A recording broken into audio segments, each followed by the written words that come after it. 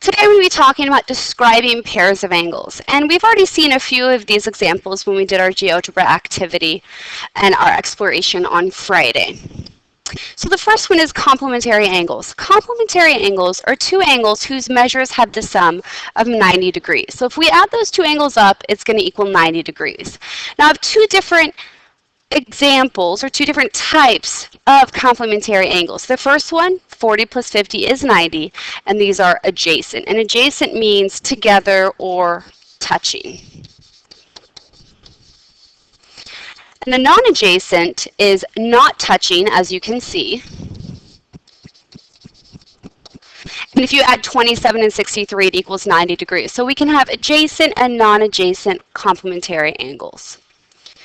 The next one is supplementary. Supplementary is when two angles whose measures have the sum of 180 degrees.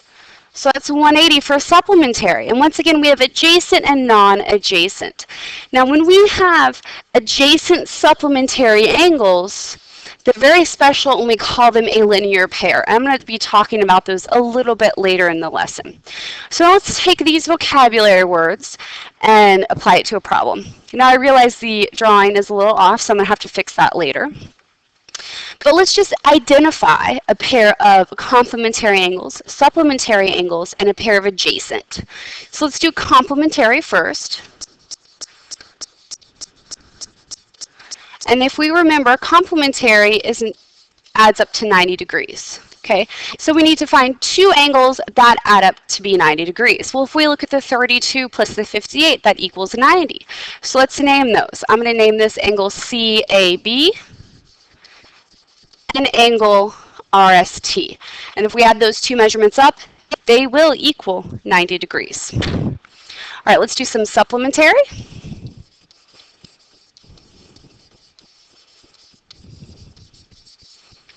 And remember, that's 180 degrees.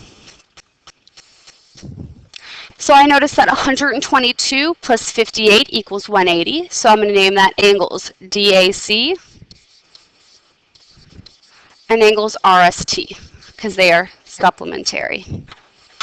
And the last one is adjacent. And adjacent means they're touching. And the two adjacent angles that I see are angle DAC and angle CAB. All right, so those are our complementary, supplementary, and adjacent angles. So let's do some problems for these. Okay. Number one says angle 1 is a complement of angle 2. Complement is just another way of saying complementary, and complementary, as we know, is 90 degrees. So if angle 1 is a complement of angle 2, and the measure of angle 1 is 15 degrees, to find the measure of angle 2, we're going to subtract. So we do 90 degrees minus 15 degrees equals 75 degrees for the measure of angle 2. Now for number 2, angle 1 is a supplement of angle 2, and supplement is the same as supplementary, so it's 180. And if I tell you the measure of angle 1 is 55 degrees, once again, I just subtract. So I do 180 degrees minus 55 degrees, and I get 125 degrees for the measure of angle 2.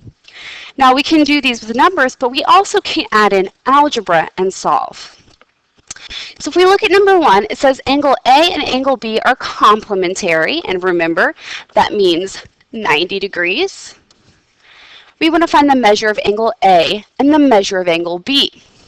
Well, I didn't give you any measurements, I gave you expressions. So what we're going to have to do is set up an equation and solve for x first. Since A and B are complementary, that means we add them together and set it equal to 90. So this is 11x plus 24 plus x plus 18 equals 90 degrees. Find your friends, or combine like terms. 11x and x is 12x. And 24 and 18 is going to be 42. Now solve for x. Subtract the 42. 12x equals 48. divide by 12, and x is equal to 4. Now to find the measure of angle A and to find the measure of angle B, all we have to do is to plug in to that original expression.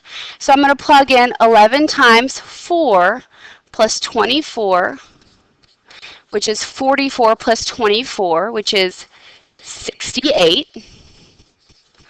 And then 4 plus 18, which is 22. So the measurements are 68 and 22 degrees.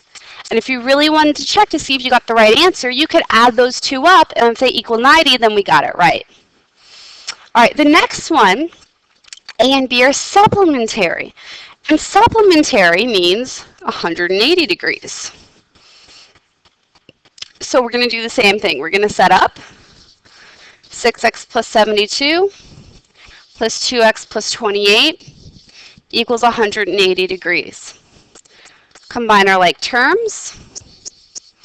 8x plus 100 equals 80.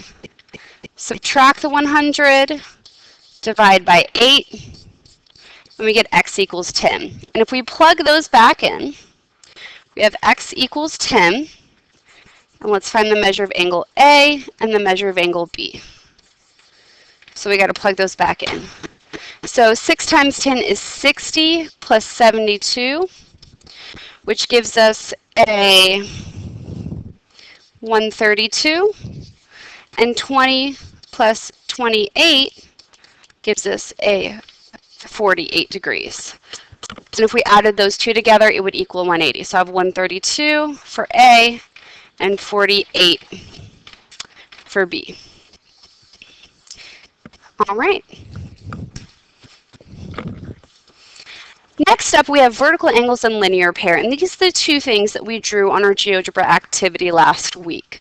Okay, and we see vertical angles and linear pairs show up a lot in geometry, so they're very important to remember. Okay, and vertical angles is when we have two lines that intersect, the opposite angles are vertical. Okay, so I'm going to show you two different ways these angles can be shown. We can have angles that are up and down or left and right, and they're opposite of each other or diagonal. And what we know about these measurements is that they are equal. So we have to remember vertical angles are equal. Okay. Next up is a linear pair. That's when we have a straight line, another one that intersects it, and when we add these two angles together, it will equal 180, a linear pair, which I like to underline line because it makes a line, which is 180 degrees. So let's practice finding vertical angles and a linear pair. All right? So let's look at this first diagram to the left. And let's find some vertical angles, which are equal. Now, if we look at this, angle 3 and angle 2 are vertical.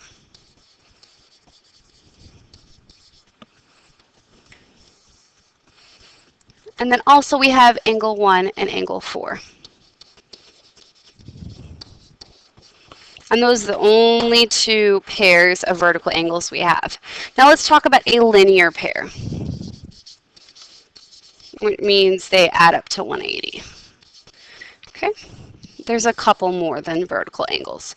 Now linear pair can make a straight line, or makes a straight line, so angle 1 and angle 2 is a linear pair. Angle 2 and 4 make a linear pair. It can go up and down, that's fine. Angle 2 and angle 4 can go all the way around. We have angle 3 and 4.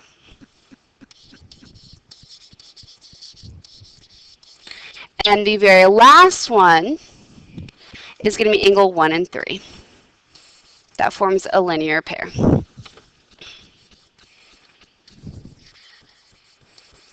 Now let's look at the diagram to the right. Let's look at some vertical angles. Now, if we look at this picture, it's different from the one on the left because we kind of have a broken line. It's slanted. And if we don't have two exactly intersecting straight lines, then we cannot have vertical angles. So in this picture, we can have no vertical angles, so there are none. But we can have a linear pair. It doesn't matter if we have kind of a bent line, as long as it forms a straight line. So if we look at 1 and 2, notice it forms one straight line, makes that half circle. So angle 1 and angle 2 are a linear pair. And we also have angle 3 and 4, and that is it. 3 and 4. As long as it has that straight line and has that half of a circle, which equals 180, gives us a linear pair.